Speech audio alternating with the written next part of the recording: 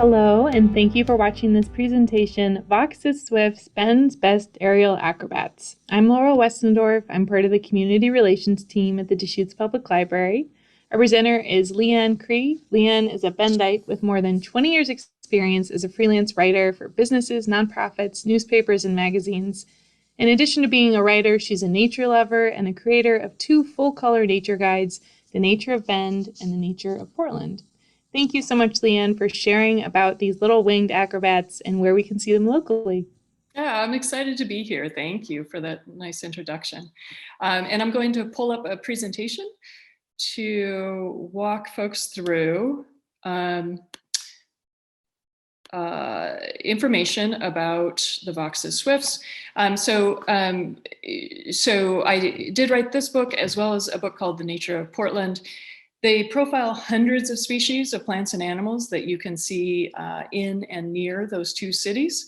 And in both books, you'll see Vaux Swifts because they are very cool birds that I think are underappreciated here in Bend. So Vaux Swifts, I think it's the best nature show in Bend to go around sunset to the Bend Boys and Girls Club right across from the downtown library and watch hundreds, if not thousands, of these birds swirl in the air and funnel into the old chimney. It is a beautiful thing to see. This photo by my friend Marina Ritchie captures it a bit. It's beautiful, and in Portland, this is a classic experience to go to the old chimney there and watch. In Bend, I think it's less known, and in some ways that's a wonderful thing. It's a smaller, very family-friendly experience that you can enjoy. When you go, you'll find that there are some experts there, and one of them is a woman named LeeAnn Kriegh, and LeeAnn has been counting the number of Vaux Swifts that go into the chimney in spring and in fall every year for well over a decade. And she was quoted in the Source Weekly as describing the event this way. She said, "It isn't just birding, it's more than that. The quiet at dusk, the colors and clouds of the sky at sunset, the screaming frenzy of many or few tiny birds converging for the night as they tornado into the chimney. It's a religious experience." So I hope that that alone entices you to go experience it. And I wanted to make sure to give you the details on when and where to go. And then if you don't want to listen to the rest of the presentation, fine. But let's get those details to you. So how to enjoy the show. Laurel, who just introduced me, provided this nice photo to help. That is a photo of the Bend Boys and Girls Club. And the peak times are May and September, a little before and a little after, but mid-September, for instance, would be prime time most years. And all you need to do is go to the Bend Boys and Girls Club. It's on Wall Street, across from the downtown library. Arrive maybe 30 minutes, maybe as much as 60 minutes before sunset. Bring a chair or don't, it is a parking lot. Bring binoculars and a camera if you would like. It is free. Sometimes there are 5 people there and sometimes there are 15 or 30 people there. It just depends on the evening, but pick a night with a beautiful sunset and you will not regret it. For the rest of the talk, 15 minutes or so, I want to talk about what makes this event special. I wrote those 2 books because I really believe the more we know about the plants and animals around us, the more we enjoy them and are willing to take care of them. And I think just going and seeing these birds in the air, it's a wonderful experience. If you know more about the birds, it really deepens and enriches the experience. So let's learn a little bit more about them. To start, let's talk about their name. Why are these birds called Vaux Swifts? It's kind of a strange name. To answer that, we have to know who Mr. Vaux was. The bird is named after William Sansom Vaux, a guy who lived in the 1800s. And first, on the pronunciation, you might think it should be Vaux, but he did not agree. And so it's Vaux. And these are Vaux's swifts. It rhymes with boxes. Coincidentally, a group of Vauxes is called a box. So when you go to the chimney, you will see boxes of Vauxes flying through the sky. So Mr. Vaux was a mineralogist. He studied minerals, not birds. He was a member of the Academy of Natural Sciences. He donated his minerals to the Academy. As you can see, he had nothing to do with birds.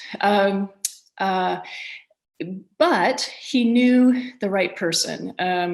He was a friend of John Kirk Townsend, this guy, who also lived in the 1800s. And Townsend came to the Pacific coast, including to Oregon, to explore and to collect birds and send them back for science. Now I'll get on my soapbox for a second. I don't think it's a great idea to name birds after people. It's kind of a strange thing to name other species after our species. But in addition, some people, like Mr. Townsend, are not people we want to emulate. He, among other things, robbed the graves of Native Americans to steal their skulls and send them back for racist purposes. So he's not a particularly great guy, but he was friends with Vaux, and that's how the bird got its name. On a lighter note, I can't help looking at him and thinking he looks like this guy. So here's John Kirk Townsend. Here's Benedict Cumberbatch on the left, who played Sherlock Holmes and Dr. Strange. There you have it. What do Vaux's swifts look like? Again, you'll see them up in the air, and that's wonderful, but to deepen the experience, here's a close-up where a researcher has hold of a Vaux's swift. You can see that they are just a little bit bigger than a hummingbird. They weigh about the same as a penny. They're kind of drab in color. So there you have it. And now here's one in flight. So the red arrow points to their body. They have a cigar-shaped body that's 4 or 5 inches long. Purple arrow points to the fact, as suggested in the previous photo, they have spindly legs and small feet. So these are not birds meant to perch. And in fact, they can't perch. You would never see them on the limb of a tree because they simply can't do it. They can't hold on. But what they do have are spines at the tip of their tail feathers. And those spines help them latch onto the inner side of chimneys, old chimneys that are kind of crumbly that they can attach to. So that's why they are able to sleep in the Ben Boys and Girls Club chimney. And then they have that small body, but then the yellow arrow points to their wings. Their wingspan is about 1 foot. They're long and pointed wings. They are built to fly. So let's compare, let's do a little math to appreciate their physical size a little bit more. So here's the math. The typical human, however tall you are, that's your wingspan from fingertip to fingertip. It's the same as your height. If you're a basketball player, you might be gifted with a few inches more of a wingspan, but it's still going to be similar to your height. Compare that to a Vaux's swift. If you were a Vaux's swift, your wingspan would be about 3 times your height. So if you're 6 feet tall, each of your arms would be 9 feet long. So no wonder they are such incredible aerial acrobats, and no wonder they can fly for thousands and thousands of miles repeatedly over their lifespan, as we'll discuss in a minute. So what do Vaux's swifts eat? I say jokingly that they eat everything that annoys us. That includes, flies and beetles and moths and aphids, lots of different insects and arthropods. I joke that those species annoy us because, well, that might be true sometimes. All of those species are, of course, important to the web of life. And part of that web of life is those species feeding the Vaux's swift. Then what do they feed their young? Well, not surprisingly, they feed their young the same things that they eat. But I wanted to explore this a little more because I find their parenting to be really interesting. So the adults go out while they're raising their young. They go out and they collect boluses or balls of food that they carry back to their nestlings. In that bolus or ball of food is an average of about 115 arthropods, which are insects plus other things like spiders. Every trip, they're collecting 115. They make 50 trips a day to feed their young. So they depend on eating over 5,700 arthropods every day. So this is why it's so important to keep our insect and arthropod populations high. This is just one bird. So many birds and other species depend on them as part of the web of life. So are Vaux the Swifts good parents? Well, they pair up and they nest together for at least several years. And I find that really important for enjoying watching the show, again, at the Ben Boys and Girls Club chimney, because it helps to know that you're not looking at a bunch of isolated individuals. What you're actually looking at in fall are families. The parents pair up and they stay together for a few years. They, in fall, they're bringing their the next generation with them, they're young. And as we'll see, they have helpers as well, which could be relatives or not relatives. So all those birds swirling up in the air, they're not strangers. Many of them are family members who are connected for years. The parents, they do share the duties in ways that we might wish to emulate. They both build the nest that they raise their young in. Remember, that's how small they are. They cement the twigs that they collect using saliva, sticky saliva from their mouths. They incubate the eggs equally, changing over duties from mom to dad every half hour to an hour. And they, as mentioned, 50 trips a day, they're feeding their nestlings every 12 minutes during the day. So they're collecting those boluses of food very quickly and heading back to the nest. And as mentioned, 1 to 2 additional adults sometimes help with the incubation and feeding of the young. So it is a wider family experience. How do they learn to fly? Again, this is just something that struck me as fun to think about. So when we watch them, they swirl around in what seems like a very coordinated way that scientists still haven't fully learned to tease out how and why they're able to do it. But they form that tornado and then they dive into the chimney, but they don't dive in head first. Instead, at the last moment, they turn nose up toward the sky and flutter down, and then they attach to the chimney wall. So that's not an easy skill, and it's not something that the young are born able to do. So how do they learn to fly? Growth mindsets. The young, researchers have watched as the young practice approaching trees or chimneys to try to enter safely. Sometimes they've seen the young repeatedly fly by, perhaps working up some courage. And occasionally the young do miss the hole and they tumble to the ground and hopefully survive to try again to get it right. When do they rest? These are incredible athletes. So Vaux Swifts only rest when they go to sleep at night, which is what they're doing at the Boys and Girls Club chimney, and when they raise their young. Other than that, they are flying. So they eat while they're flying. They drink while they're flying. They'll dip down to lakes and take a scoop of water. They mate while they're flying. And as mentioned, they don't perch. So almost their entire life is spent on the wing, with the exception of going to sleep at night and raising their young. Where do they sleep? Well, this is my favorite shot. This is a photo taken from a video. It's not at the Bend Boys and Girls Club chimney, but it's another chimney. You're looking straight down from the top, and you're looking at the faces of all these Vaux's Swifts looking back up at you. So again, this is why they don't dive in head first. Instead, they turn themselves nose up, flutter down, and attach themselves to the crumbly walls of old chimneys. And this is how they sleep, and they stay warm together this way. And in the morning, you could go back to the chimney and watch as they wake up and come out of the chimney and head on to their next destination.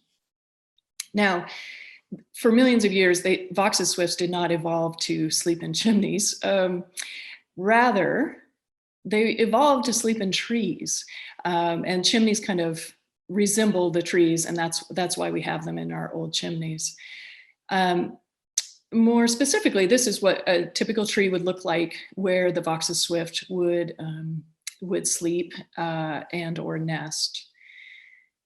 They sleep and nest in living trees or dead trees, which are called snags, and they need them to be pretty big, like a chimney is. They need a large diameter, which generally means they need old growth trees that are 150 years old or older. In Oregon, what we're talking about are Douglas firs, grand firs, western hemlock, western red cedar, ponderosas, lots of different kinds of trees that get big enough and solid enough for them to sleep inside. I also wanted to mention, often the holes that they enter through are created by pileated woodpeckers or other woodpeckers. Again, with that idea of the web of life, they don't just depend on the species they eat. They and all species depend on one another. So in this case, they depend on their fellow birds to create the cavities that they enter trees through. Where do they live? This is a great map to kind of answer that question. So some Vaux's Swifts spend their whole lives down south in the purple area, Mexico, Central America. So there are those warm weather lovers.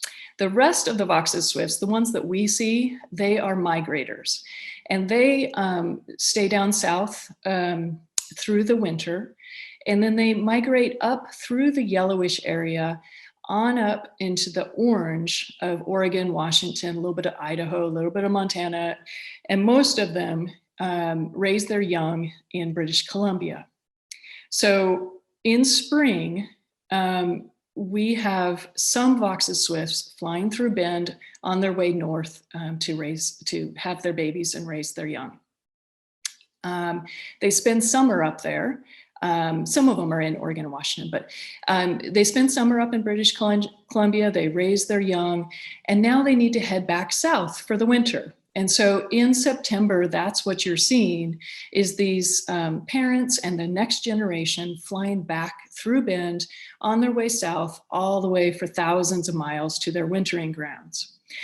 That is why the northern migration in spring is much smaller, because those are the birds that have survived going south, spending winter, and then flying north again. So inevitably some die during that time. We have a smaller population heading north, then they have their families, and then we get a much larger population heading south in fall. So let's look at those numbers. First, this is 1 year ago during the fall migration of 2020. And this information comes from a wonderful website you might want to write down and check out. It's called voxhappening.org. And this is where the counters at the Bend Boys and Girls Club, where they send their data.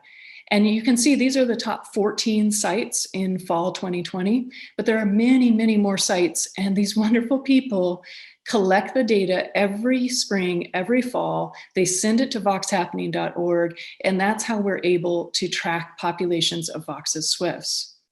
So you can see that in fall 2020, the Bend Boys and Girls Club was the 11th busiest site. A total of about 17,680 Swifts were seen or counted. That was over 67 evenings, so it's not just September, that's just prime time, and then it's also some nights in August and a little into October. An average of 264 birds were seen each night. And if you got lucky, mid-September, you could have seen 1,600 birds enter the chimney one night. And these are larger numbers than what you'll see on the next slide, where we look at the northern migration, where again, so here's the northern migration. You can see these numbers shrunk down a bit. These are the survivors who overwintered down south and made it back up north this spring of 2021. And again, you can see we were one of the busiest sites. 55 nights, swifts were observed, an average of 59 birds, a high of 658. Last question, how can we help Vaux's swifts? So hopefully you'll enjoy the show, you'll tell others about it, you'll educate them about Vaux's swifts. And then also, you know, we need to be going out of our way to support the species around us. And Vaux's swifts populations have been declining, so we need to do some things to help them. The first thing is to protect and defend old growth trees and forests. For many reasons. One reason is they provide habitat for lots and lots of species, including Vaux's swifts. Another thing you can do is go lights out. Spring and fall, it's really important to turn off your porch lights and create a darker environment. Again, for lots of reasons, but one reason is that light pollution is really bad for migratory birds, whether it's a warbler like this one or a Vaux's swift. They get disoriented by the lights. If you're afraid to turn off the light, you can always put in a motion detecting light, just so that there isn't constant light pollution causing trouble for these birds. And one more tip, avoid insecticides like Roundup. They kill insects, and in the end, that kills birds. There are lots of alternatives. You can pour hot water or vinegar or other things. Just Google how to kill weeds. You don't need to use insecticides like Roundup. And the more insects and arthropods we have, the more birds we're likely to have as well.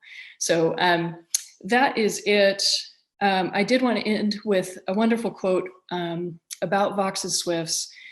This writer, Catherine Rundell, she said, "They are no sociable windowsill singers, no Disney princess finger perchers. They fly wild and they fly like a stroke of luck incarnate." It is an amazing show. I hope you'll head down to the Bend Boys and Girls Club chimney. And here again are those details. We're filming this in late August. Any night in September should work really well. Please go and enjoy the show. Thank you so much, LeeAnn. These birds are incredible. I love the photo of them with their like facing down in the chimney and seeing all their little faces. Right? Oh my gosh. I am looking forward to going out and cheering them on. So thank you. And thank you in the audience for watching this program. For more free programs, check out our event calendar at DeschutesLibrary.org/calendar, or you can visit our YouTube channel for recordings of presentations like this one. Thank you. Yeah, thank you.